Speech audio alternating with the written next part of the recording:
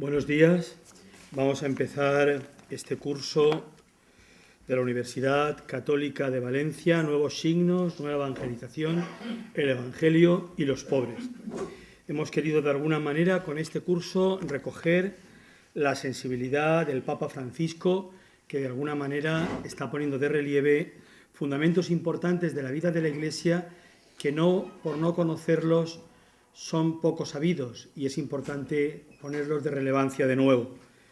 Hoy la primera ponencia sobre este tema nos la va a dar don Francisco Alarcos, el doctor Francisco Alarcos, profesor de la Facultad de Teología de Granada. Y nos va a hablar, es la ponencia más teológica del campus, porque nos va a hablar justamente del pecado original y la pobreza. Va a intentar hacer una relación, lógicamente, del principio de la vida con lo que significa justamente el pecado y, por tanto, sus consecuencias y la derivación que tienen para el concepto pobreza. Don Francisco Alarcos fue licenciado en Teología Moral en el año 99, premio extraordinario de carrera en la UPCO de Madrid, Universidad Pontificia de Comillas. En el año 2000 hizo el máster de bioética, también en la Pontificia de Comillas, y en el año 2004 se doctoró en teología por la Facultad de Teología de Granada. Tiene innumerables obras, muchísimas obras, tanto a nivel nacional como artículos a nivel internacional. Yo, más que hablar un poco de esas obras o de su experiencia docente en diversos centros, sigue siendo también el director de teología de su diócesis, de la diócesis de Guadix. Aparte de todo esto, yo les quería decir que don Francisco es un hombre muy comprometido con la reflexión de su tiempo. Es decir, para él es fundamental aquellos interrogantes que la gente a su alrededor tiene, hacerlos propios e intentar contestarlos. Eso para él es fundamental. Y mucho más, poner la dimensión de la teología, la dimensión de la reflexión de la fe en medio de todo esto. Él colabora, forma parte de la Universidad de Granada, dirige la cátedra de bioética de esa universidad y en estos momentos en toda España trabaja, es llamado desde muchísimos centros a nivel nacional para que pueda poner esta reflexión para la gente que realmente se preocupa de temas fundamentales, de temas especiales.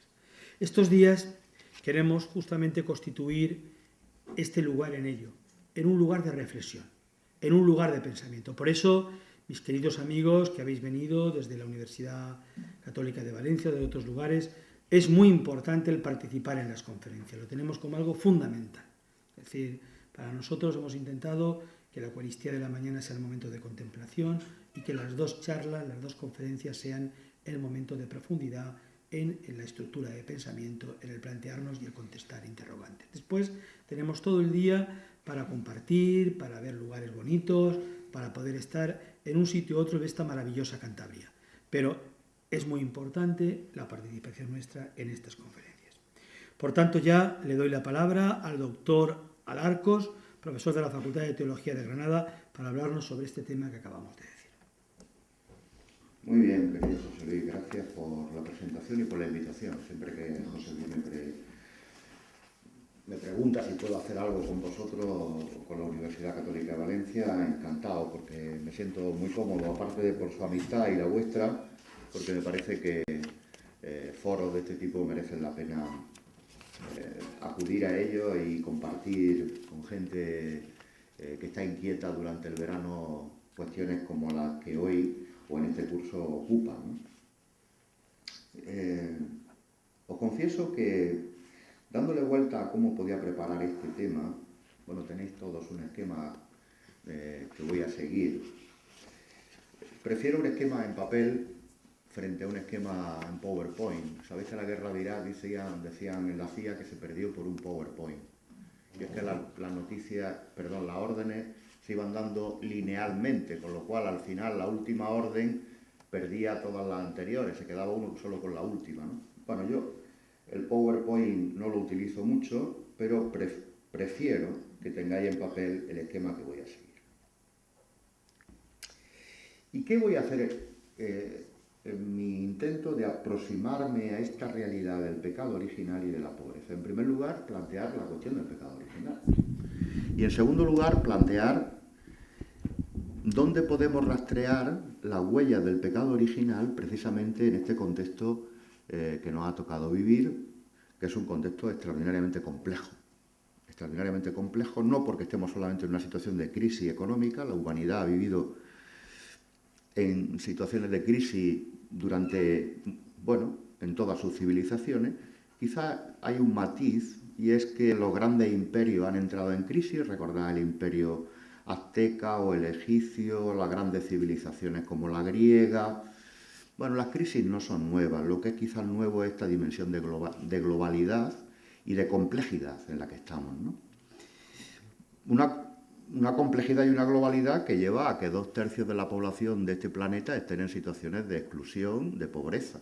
Y esto me parece muy importante. Fijaos, este tema, el tema del pecado original, a nosotros nos ha llegado por una tradición, que es la tradición judio-cristiana. Pero el otro día estuve mirando un diccionario comparado de las religiones y el tema de cómo aparece el mal en el mundo aparece en todas las tradiciones religiosas que se han hecho la pregunta ¿por qué hay mal? Y en los relatos, por ejemplo, que tienen Mircea Eliade, que es un gran historiador de las religiones, cuando se comparan todas las religiones, todas tienen un relato para tratar de explicar por qué hay mal, por qué hay sufrimiento, por qué hay dolor en el mundo, ¿no? Nosotros, la tradición judio-cristiana también lo tiene, ahora lo vamos a ver en el Génesis, en el capítulo 2 y en el capítulo 3. Y después San Pablo lo va a retomar en Romanos 5, ¿no? Pero me parece importante que quedamos en la cuenta de que esta pregunta, la pregunta por la experiencia y por la existencia del mal en el mundo, es una constante que se da allí donde acontece la experiencia religiosa, sea judio-cristiana o sea de otro tipo. En segundo lugar, aparece también en el marco de la filosofía. Y el marco de la filosofía es un marco que se hace la pregunta muy recientemente cuando empieza el pensamiento griego, ¿no? Epicuro se plantea su famoso trilema. El trilema de Epicuro es un problema para la teodicea, para la pregunta sobre Dios y sobre el mal, ¿no? Fijaos, ¿en qué consiste el trilema? Dilema son 2, trilema 3. Pues Epicuro dice, ¿cómo es posible que si Dios es todopoderoso y bueno, hay sufrimiento y mal? Si es todopoderoso y permite el mal, entonces que no es bueno. Si es bueno y hay mal en el mundo, entonces que no es todopoderoso. Y si es todopoderoso y bueno y hay mal en el mundo, entonces, ¿qué hace Dios con este mundo? Esto se lo plantea Epicuro, un tipo que no es cristiano, pero que constata la realidad del mal, del sufrimiento, de la injusticia, de la pobreza. ¿Qué quiero decir con esto? Si todas las grandes religiones tratan de narrar, de contar un relato que pueda explicar este origen de mal, de sufrimiento, de injusticia, de pobreza, y el mundo de la filosofía, fijaos, ya en el siglo IV a.C., filósofos como Epicuro, se plantean también la pregunta vinculando la realidad del mal y del sufrimiento con Dios, quiere decir que esta es una cuestión que afecta a creyentes y a no creyentes, y que afecta a creyentes de diferentes religiones y que afecta incluso a no creyentes desde diferentes posiciones. Por tanto, me parece que el tema de la pobreza, el tema de la injusticia, el tema del mal, el tema del sufrimiento, es un espacio para abrir un diálogo fecundo, una interrogante fecunda, para poder establecer cauces de reflexión y, sobre todo, de respuesta a esta realidad. Pero bueno, yo no quiero centrarme ahí porque no tengo tiempo. Me voy a centrar en las dos grandes enunciados que aparecen en el título que me han pedido: pecado original y pobreza. He traído una manzana, me he ido al comedor y he traído una manzana. Lo tenéis aquí. ¿Por qué? ¿Por? Dilo. Por Adán y Eva. curioso. Cada vez que nos han contado el relato del paraíso, de Adán y Eva, todos inmediatamente pensamos en la manzana. Bueno, no hay manzana, ¿eh? No hay manzana. En el relato de Génesis 2 al capítulo 3, verso 24, cuando narra el paraíso, aparece allí un árbol, pero no es un manzano. Es el árbol del conocimiento del bien y del mal. La pregunta es, ¿por qué no llega a nosotros el manzano? Esto lo hago simplemente porque como estáis gente más joven, para que no os aburráis con el ladrillo mío y podáis llevaros a algo más concreto, ¿no? En un curso de verano yo descubrí que no había manzana. En las tradiciones mesopotámicas y el relato del Yavista, del capítulo del paraíso, del capítulo 3 de Génesis, es un relato que tiene mucho tomado del contexto mesopotámico, del creciente fértil, donde está ahora Irak. Para ellos el símbolo del mal era una estrella de 5 puntas. Y cuando se empezaron a preguntar, bueno, ¿y el árbol de la ciencia del bien y del mal? ¿Qué árbol será? Don Máximo me decía hace un momento, yo tenía un profesor que me decía que era una chirimoya, ¿no? Me ha dicho. Bueno, ¿por qué el imaginario llegó a elaborarlo de una manzana? Ahora lo podéis hacer y me juego con vosotros el café de la tarde si no lo encontráis. Pero si vosotros partís una manzana no así, sino así, como yo la he partido, me he ido al comedor, os encontraréis que en todo hay una estrella de 5 puntas. Esto llevó al imaginario a decir, el único árbol que puede ser el de la ciencia del bien y del mal que relata el libro del Génesis tenía que ser un manzano. Y desde ahí, todas las pinturas que nos han llegado sobre el relato de Adán y Eva, estaba la manzana por medio. No hay manzana en el relato del Génesis, hay una estrella de 5 puntas, pero podéis quedar fantásticamente bien ante vuestra gente, diciendo, me juego contigo lo que quieras, a que puedo partir la manzana y hay una estrella de 5 puntas dentro. Y por eso, porque encierra el símbolo del mal para las tradiciones mesopotámicas, la hemos vinculado. ¿Qué pasa en el paraíso? Vamos al texto. No lo voy a leer entero. Voy a tratar de articular el desglose del texto. Por tanto, el pretexto. Y el relato, que todo lo podéis mirar si queréis después, está en el segundo y tercer capítulo del libro del Génesis, aparece con un presupuesto. Y esto es, fijaos, yo aquí pongo 4 momentos, lo originario, lo original, lo originante y lo consecuente. Estos 4 momentos quiero que sean los que configuren cómo podemos entender esta realidad del pecado original, ¿no? Bueno, el marco primero, el marco contextual, el de lo originario, ¿cuál es? Lo que aparece en el relato de Génesis capítulo 2 y 3, no. Está en el capítulo 1 y en el capítulo 2 del Génesis, donde dice que Dios creó todo y vio que era muy bueno. Este es el espacio, este es el punto originario. Dios es creador y es creador de una realidad llena de bondad. La realidad es buena. Y vio Dios que todo era muy bueno. Y esto lo va repitiendo, si os acordáis, del relato de la creación permanentemente. Fijaos, esto es lo que llamamos el positum de Dios. Esto es lo que Dios pone, una realidad bondadosa. Quiero jugar con estos 3 términos, positum, depositum y propositum. Y ahora voy a explicar por qué. Lo que Dios pone en su origen es una realidad llena de bondad, llena de plenitud, de belleza, de armonía. Y fijaos, la pone para que alguien la recoja. Este es el depósito. Lo que está haciendo don José Luis ahora mismo, echándose agua en un vaso, el vaso es el depósito. Lo recoge alguien. ¿Quién recoge lo original puesto por Dios? Aquellos que aparecen en el texto del paraíso, Adán y Eva. Curiosamente, Eva significa etimológicamente vitalidad. Adán es hombre, a Eva, etimológicamente significa vitalidad, la vitalidad. Esto es interesante porque ahora después vamos a ver este marco a nivel de escena, ¿no? Es decir, el hombre está en el paraíso, no es bueno que esté solo, Dios le crea una compañera y es esta compañera la que se acerca al árbol de la ciencia del bien y del mal. La vitalidad se acerca al árbol de la ciencia del bien y del mal. Fijaos, el Señor tomó al hombre y lo colocó en el parque del Edén, dice el texto original. Lo colocó, le dio, toma, recógelo. Este es el depósito.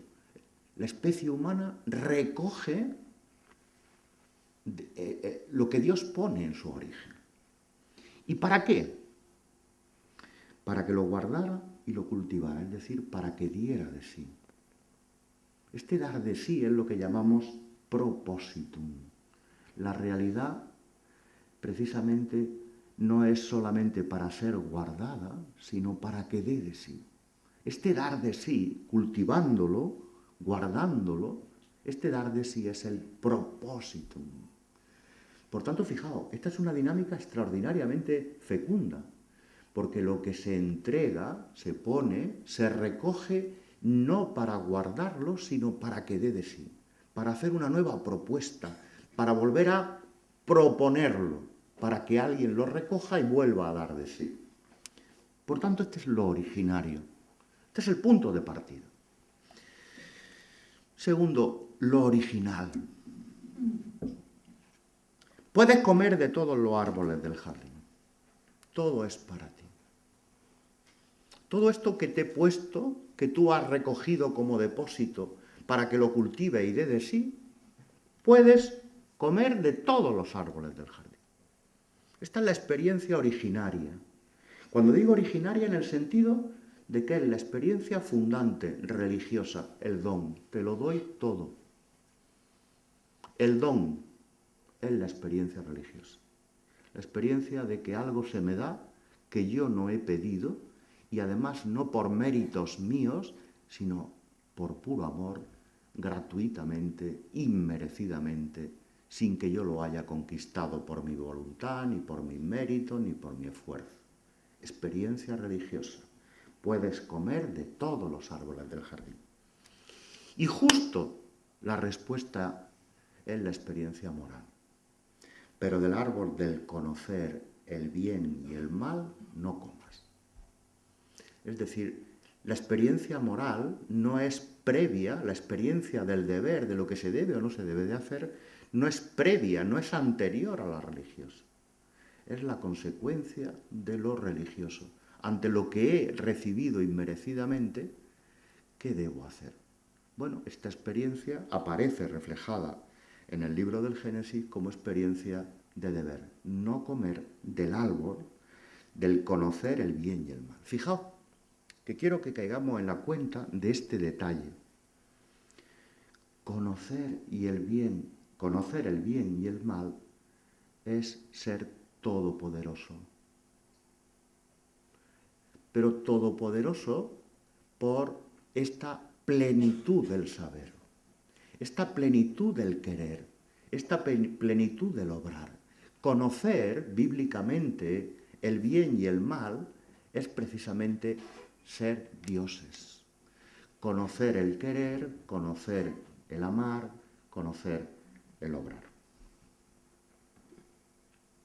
Y aparece un tercer momento, lo originante. ¿Qué origina esta experiencia que hemos llamado el pecado original? El árbol, el conocer el bien y el mal, tentaba el apetito, era una delicia de ver y deseable para tener acierto. Tener acierto. ¿Quién soporta equivocarse? Lo que peor llevamos los seres humanos es la inseguridad, la no certidumbre. Era deseable aquel árbol, porque nos eliminaba la inseguridad, la incertidumbre. Era deseable aquel árbol porque era bello y porque además despertaba el deseo. cogió fruta del árbol, comió y se la alargó a su marido. ¿Quién hace esto? Eva. Eva, que etimológicamente, os vuelvo a decir, significa vitalidad.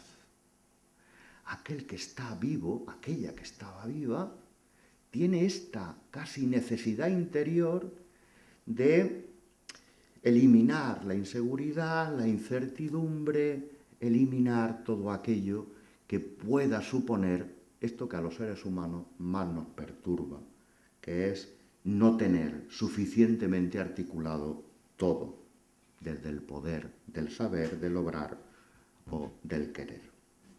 ¿Cuál es la consecuencia de este gesto? La consecuencia de este gesto, fijaos, y esto es lo consecuente, es nos sentimos desnudos, tienen necesidad de esconderse, se sienten desnudos y por eso se cubren con una hoja de higuera. Dice el texto del Génesis que estaban escondidos y cuando Dios les pregunta ¿y por qué os escondéis? Dice, porque tenemos miedo de ti. Aparece el miedo, aparece, fijaos, la gran inseguridad. El miedo es lo que paraliza la creatividad, lo que paraliza este dar de sí que os decía al principio, que forma parte de lo originario. Esto es curioso, extraordinariamente curioso, fijaos. A poco que entremos en la escena, el relato del yavista es extraordinariamente interesante, curioso. Cuando uno va tras la tentación de la seguridad, del tener, del querer, del saber, y experimenta ahí que va tras eso desesperadamente, uno ahí tiene la experiencia de sentirse con miedo, desnudo, casi con la necesidad de esconderse. ¿Quién está seguro del querer, del saber, del obrar? ¿Quién está seguro? Esta experiencia, fijaos, genera una dinámica que es lo que podemos llamar estrictamente pecado. Hay una ruptura, hay un alejamiento de esto que era lo originario, de este positum, de este depositum y de este propositum, que se hace desde lo gratuito, el don, lo inmerecido. Claro, fijaos, el relato tiene algo absolutamente fantástico, porque es el intento de explicar precisamente por qué hay mal, sufrimiento, pobreza, injusticia. Nos alejamos y provocamos la ruptura de aquello que originariamente, en su origen, Dios puso como algo bueno, como algo bueno. Bueno, este texto nos ha llevado en nuestra historia de la Iglesia pues bastantes siglos de discusiones, y es cómo se heredaba o cómo se transmitía esta experiencia que vivieron simbólicamente Adán y Eva, ¿no? Esta experiencia de desnudez, de miedo, de ruptura, de alejamiento. Y las grandes controversias durante los 4 primeros siglos de la historia de la Iglesia, sobre todo los padres de la Iglesia, estaban precisamente situadas aquí. ¿Cómo se transmitía esta experiencia, ¿no? ¿Cómo se transmitía esta experiencia? Es decir, cómo al nacer yo ya me incorporo desde una contaminación originaria, en mi origen. Bueno, ahí estuvimos peleando, ¿no? Pues entre unas posiciones y otras, prácticamente durante 10 siglos, ¿eh? No creáis que fue algo que se solucionó rápidamente. No, la pregunta es si podemos seguir planteándonos la realidad del pecado original, porque yo creo que es real, y ahora lo vamos a ver por qué, desde esa perspectiva de controversia, o tenemos que buscar algunos elementos que nos ayuden a los creyentes del siglo XXI y para el siglo XXI a ver cómo podemos hacer de esta realidad algo que nos ayude a ser fecundos, a dar de sí a partir de esta experiencia originaria, ¿no? Yo cada vez más, como estamos en un curso de verano, me permito ciertas libertades intelectuales y teológicas, cada vez más creo que los creyentes tenemos la necesidad de poner las grandes contradicciones de nuestro mundo encima de la mesa para no solamente tratar de dar una respuesta, sino en primer lugar para formularse ante ellas preguntas. Podemos discutir mucho sobre si el pecado original es real o no y cómo se plantea. Pero a mí no me interesa plantearlo así. A mí me interesa plantearlo desde otra posición. ¿Es real que en nuestro mundo hay 2/3 partes de personas que no tienen la condición suficiente a nivel cotidiano para vivir dignamente? ¿Es verdad que en nuestro mundo hay prácticamente la mitad de los niños que no tienen una nutrición digna? La mitad. ¿Es verdad que en nuestro mundo una 1/3 parte no sabe leer ni escribir? Que se dice muy pronto, ¿eh? Cuando hablamos de pobreza material, pobreza espiritual, pobreza intelectual. ¿Esto es verdad o no? Claro, sería muy fácil. Esta es la controversia de Pelagio en los primeros siglos de la Iglesia. La controversia pelagiana era: todo esto es responsabilidad nuestra, lo provocamos nosotros, tenemos que tratar de superarlo nosotros. Bueno, lo primero que hay que decir es: nuestro mundo es un mundo que está contaminado originariamente por la contradicción de la propia vitalidad. No de la mujer, sino de la propia dinámica de la existencia humana, que es contradictoria, que es frágil, que es menesterosa, pero que también es extraordinariamente ambigua. El ser humano, cuando quiere acercarse a la realidad y ver esta realidad tan contradictoria, se hace preguntas. Epicuro se las planteaba. ¿Cómo es posible que si Dios es todopoderoso y bueno haya mal en el mundo? Y esta es una pregunta que se siguen haciendo infinidad de creyentes y de no creyentes. No me interesa tanto ante vosotros hacer un recorrido para plantearnos si existe o no existe el pecado original. Me interesa más partir de las consecuencias. ¿Y cuáles son? Vamos a rastrearlas. Porque yo creo que las consecuencias, si hacemos el proceso inverso de lo que os acabo de decir hacia arriba, nos llevan a decir en lo originario, el punto de partida era la bondad, la entrega de toda la creación a disposición de la plenitud y de la felicidad humana. Vamos a rastrear algunas consecuencias. Vivimos un momento donde la deuda se ha convertido en algo impagable. Durante mucho tiempo pensábamos que la deuda era una cuestión del tercer mundo. Hoy cada uno de nosotros debe 22.000 euros. ¿Sabéis a quién? No lo sabéis. Pero debemos cada uno de nosotros 22.000 euros. Es decir, si el déficit, la deuda que tiene ahora mismo nuestro país, España, tuviéramos que pagarla a cada uno de los españoles, tendríamos que poner 22.000 euros. A lo mejor alguno puede, pero la mayoría impagable.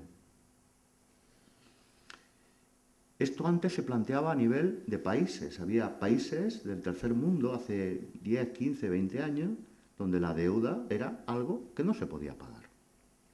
La miseria, el hambre, las condiciones de higiene, de vivienda y de salud, en condiciones de miseria, son reales. No es un invento, son reales. En 2/3 partes de la población, como antes os decía. El que una 1/3 parte de la población esté en condiciones de ser analfabeto también es real. El que tengamos un 27% de paro en España es real, pero es que hay otros países en los que hay gente que no entra ni en la cifra de desempleo, porque están en unas condiciones absolutamente fuera de todas las estadísticas. Todo esto, fijaos, reviste mayor gravedad aun cuando podamos decir que todo esto puede pasar. Bueno, estamos en crisis, las crisis pasan, se pueden superar. Es decir, esta tentación un poco prometeica de que depende de nosotros poder superar esto. Fijaos, ¿dónde creo yo que en primer lugar se incorpora este método de ver las consecuencias de alguna manera rastreando esto que llamamos hoy pecado original, pero que yo no lo identifico? Un documento muy importante que se da en los años 70, que es el documento de Puebla. Dicen los obispos latinoamericanos que es una situación resultante de estructuras económicas, sociales y políticas permanentemente y articuladas injustas. Fijaos, esto que después, y ahora después hablaré de ello, hemos llamado pecado estructural, el pecado estructural tiene su origen en el pecado original. Es decir, esta construcción de la vitalidad humana, de que la realidad no dé de sí para todos y cada uno de los seres humanos, sino que se vaya generando una dinámica que da de sí solo para algunos seres humanos. Esta es la pobreza. La pobreza es un signo evidente de este pecado original, que después lo vamos a llamar en la Iglesia, sobre todo después del Concilio Vaticano II, de una manera mucho más visible, pecado estructural. Y fijaos, ¿qué quieren decir en el documento de Puebla, en los números 29 y siguientes, cuando hablan de esta realidad? Dice, es un mal que no solo se oculta en el fondo del corazón humano. El pecado original no solamente es de cada uno cuando venimos a este mundo, sino que se introduce en la estructura de la sociedad, es decir, en la configuración, en la organización de cómo articulamos este modelo de sociedad. Dice, y ese mal en el que se mezclan elementos personales, interpersonales, comunitarios, sociales y hasta cósmicos, es el que podemos rastrear, a mi modo de ver, como las consecuencias del pecado original.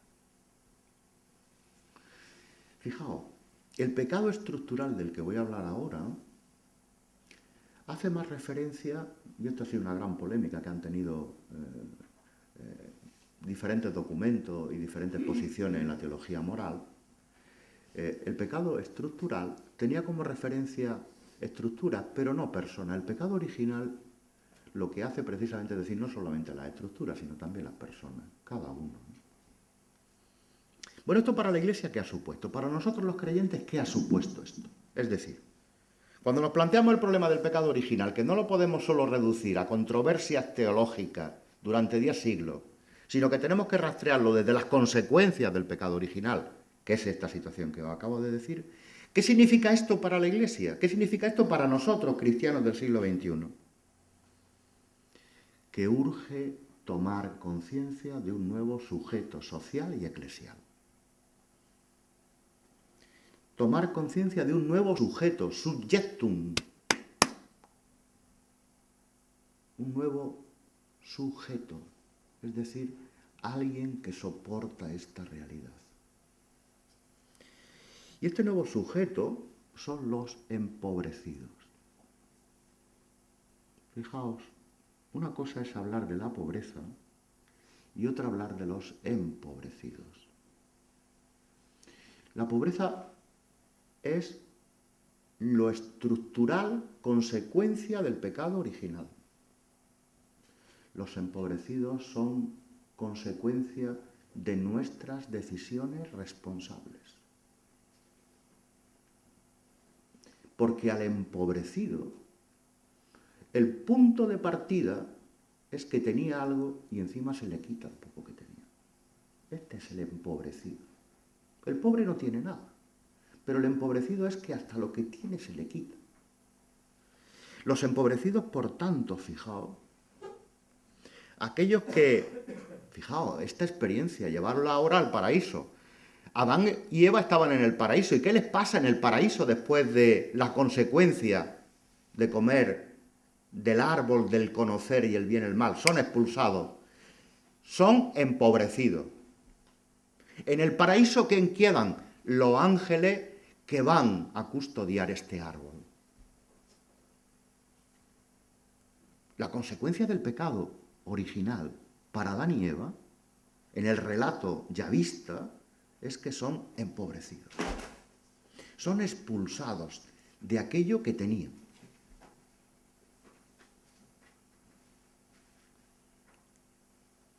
Y esto es importante, muy importante.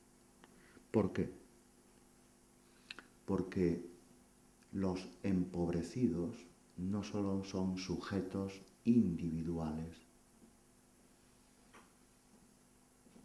Yo puedo ser más pobre porque me quiten lo poco o lo mucho que tengo.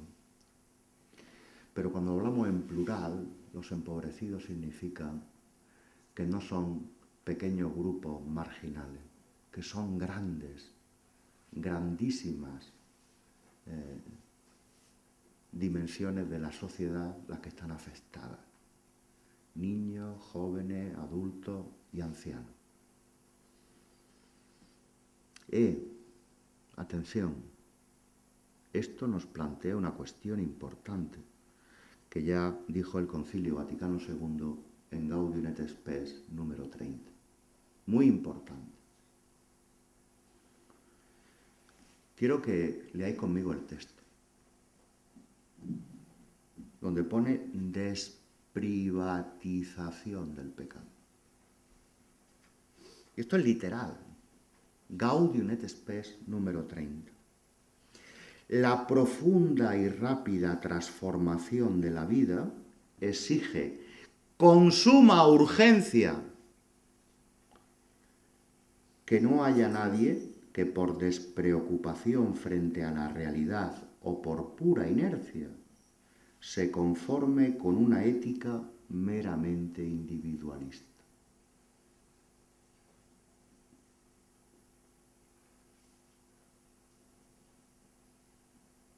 Chicos, chicas, ¿sabéis qué está diciendo el concilio? Que en mi obrar ético no puedo estar ocupado solamente de ser bueno yo, sino que en el ser bueno yo está implícito el que sean buenos los demás, y en el que estar en mejores condiciones yo estén también en mejores condiciones los demás. Es decir, que un cristiano no puede estar pendiente, obsesivamente pendiente, de su propia salvación, sino que en su propia salvación está también implicada la salvación de los demás. Y cuando hablo de salvación real, no solamente de salvación trascendental, digo de salvación real, salvar la realidad. Fijaos, Jesús fue un gran salvador de la realidad. Y a veces la realidad hay que salvarla a cachito.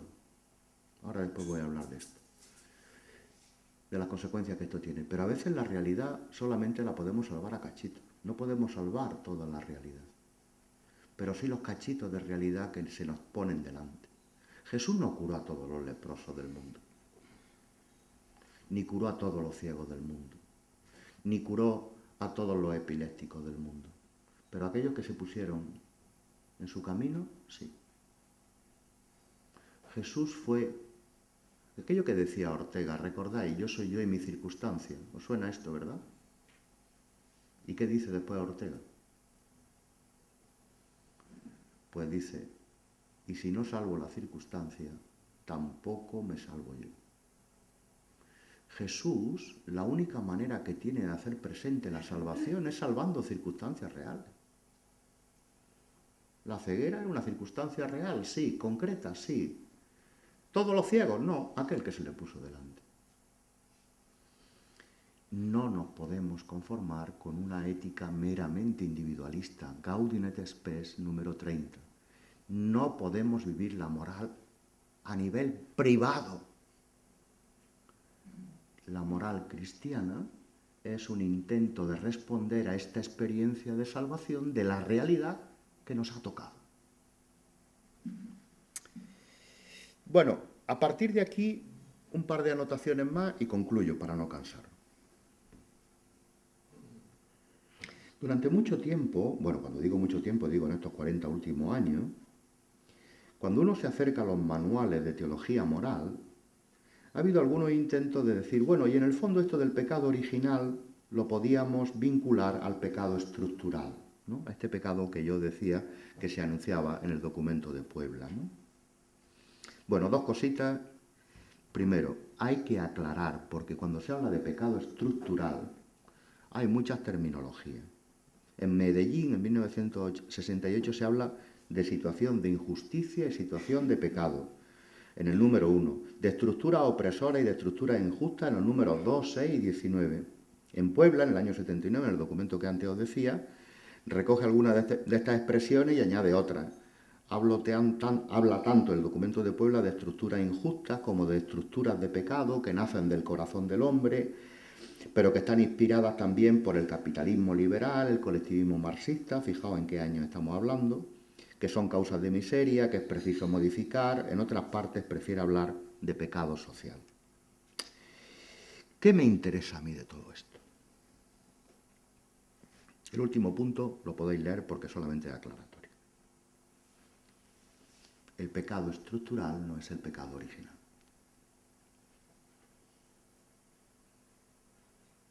El pecado estructural no es el pecado original.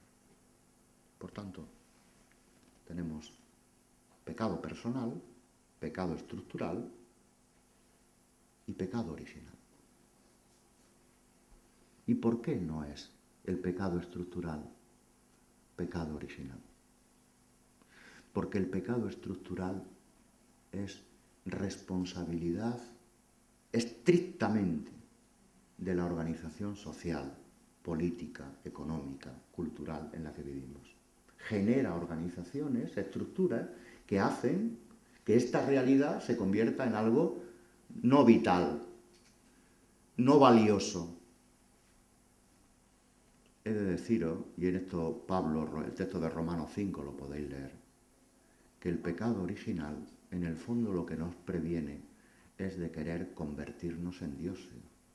Y por tanto, aunque pudiéramos eliminar todos los pecados estructurales, si vivimos en esa pretensión, estaríamos otra vez en el mismo contexto de Adán y Eva en el paraíso. La tentación del poder, del querer y del saber como Dios. Mirad, el pecado estructural, como el pecado personal, hay que tratar de convertirlo y de salvarlo.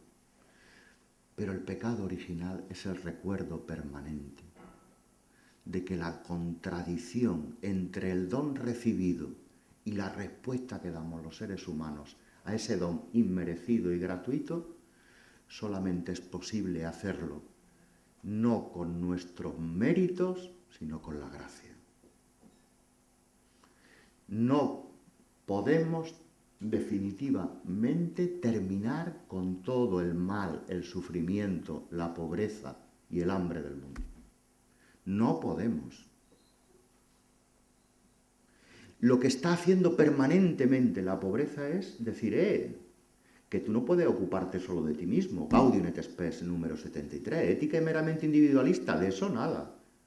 Que en tu salvación está la salvación de los demás. Pero ojo, no quieras convertirte en Dios.